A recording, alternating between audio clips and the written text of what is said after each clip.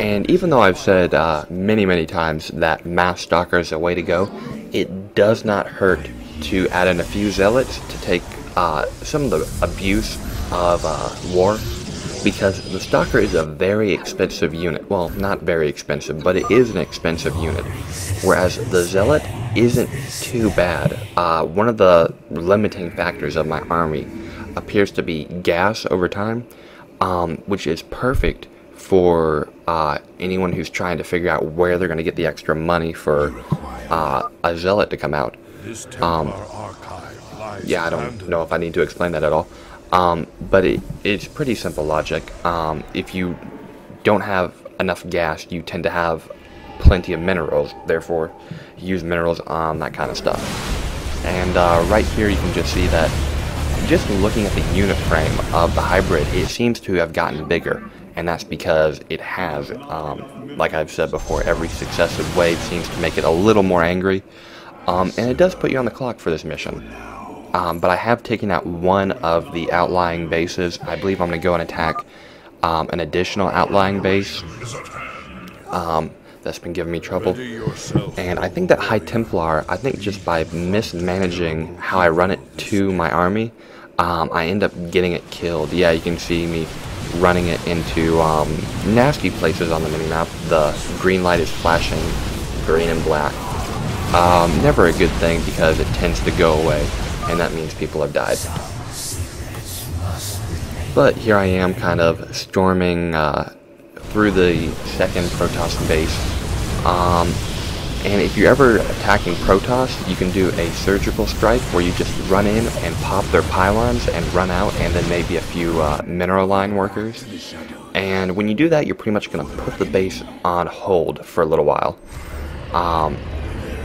And that's always a good thing because it usually means that they're building up to fighting strength instead of attacking you.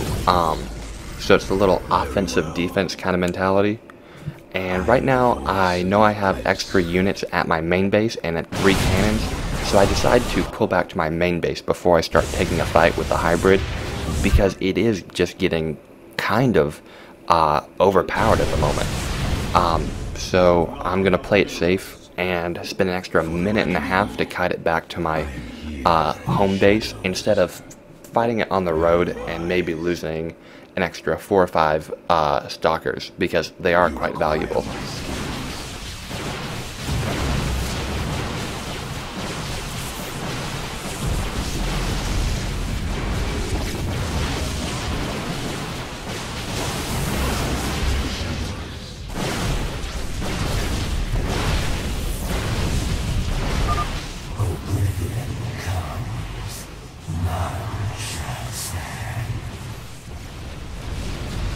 And the great thing about attacking this base, and not the Oblivion so much, is once you knock out your one of the Protoss bases, and then you kind of cripple the other, you can really relax. And I'd say right now, first off, you can really relax because the hardest part is pretty much done.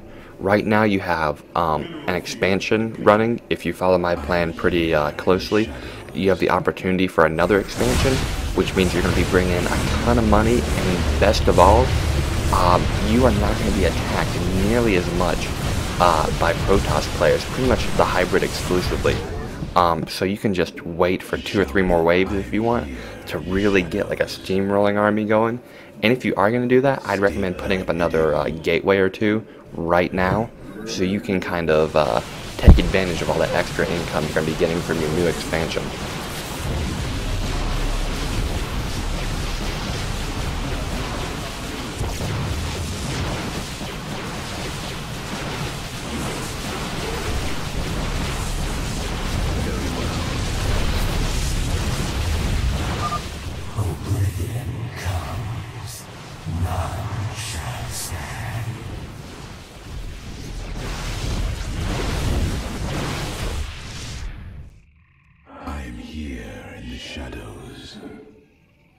You have not enough minerals.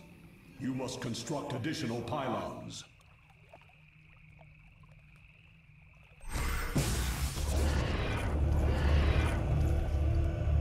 We are one in the shadows.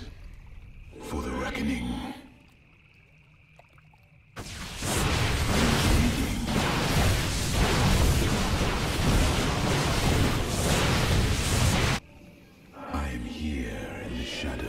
And if you've done this mission before and failed miserably, I've done it too, no shame in that, you might notice that the stalkers they make you smile because the blink problem with the hybrid, or more of annoyance, is that as soon as you get all your units into an ideal position, you have your range, making this nice concave circle around them and optimal firing range, and your melees in there swinging, the hybrid's going to blink away and ruin that whole party. And I stand corrected. Apparently, even if you knock out both Protoss bases on the outskirts, they'll still attack. My theory would be that the one right across the bridge would be sending that. So I guess you're not out of the woods completely, but you are in pretty good shape. And some of those look hallucinated.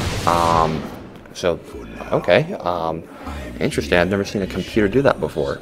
Fun little tip: if you're playing online, and you get a sentry with hallucination, you can go ahead and make a hallucination of a phoenix, and you can use that phoenix not only as a scout, because it can quickly fly into your enemy base and kind of check out what's going on and give you an idea of what you need to make to counter, but it's also going to make them think, oh, okay, they're probably teching the phoenix, let me get some better anti-air. And of course, if that's not your plan and they haven't scouted you efficiently, you may fool them into trying to counter something that's not really an issue at all.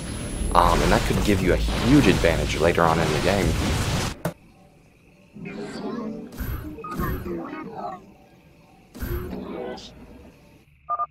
Oblivion comes, none shall stand.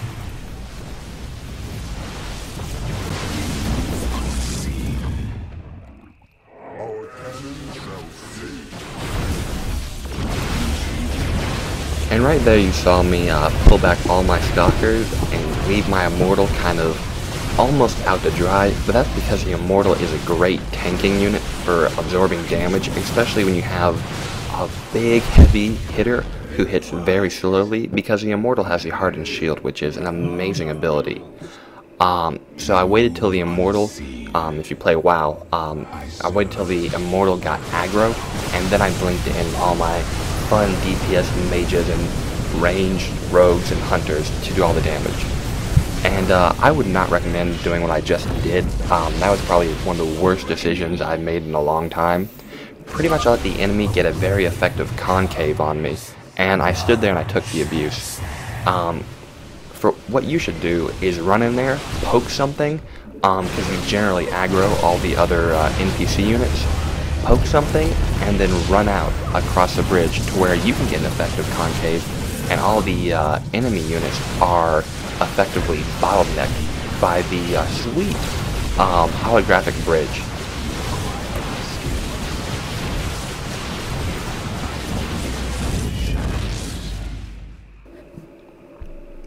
At this point, you can pretty much kind of ride the proverbial gravy train in.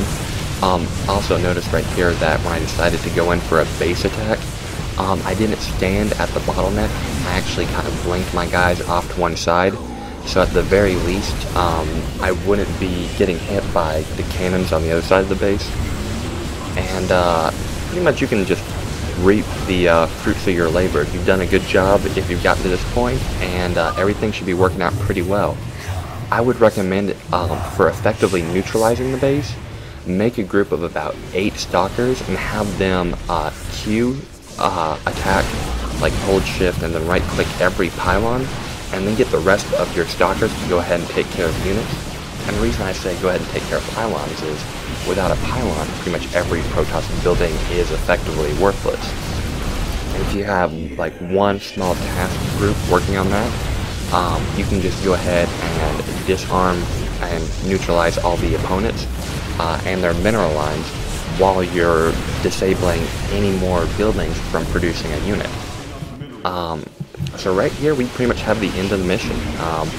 You can either skip this and go straight to the relic guys, or you can go ahead and mop up the rest of the base, because if you're like me, you're quite furious at this evil Protoss force, and you'd like to see them all be eliminated from all kinds of history and whatnot.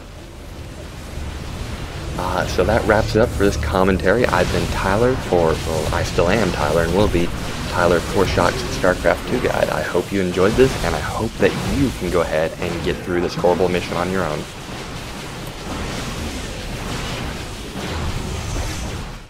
State thy bidding.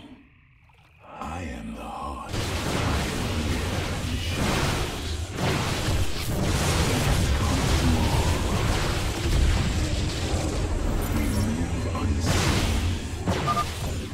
The spirits of the Preservers are entombed within. We must break them open immediately.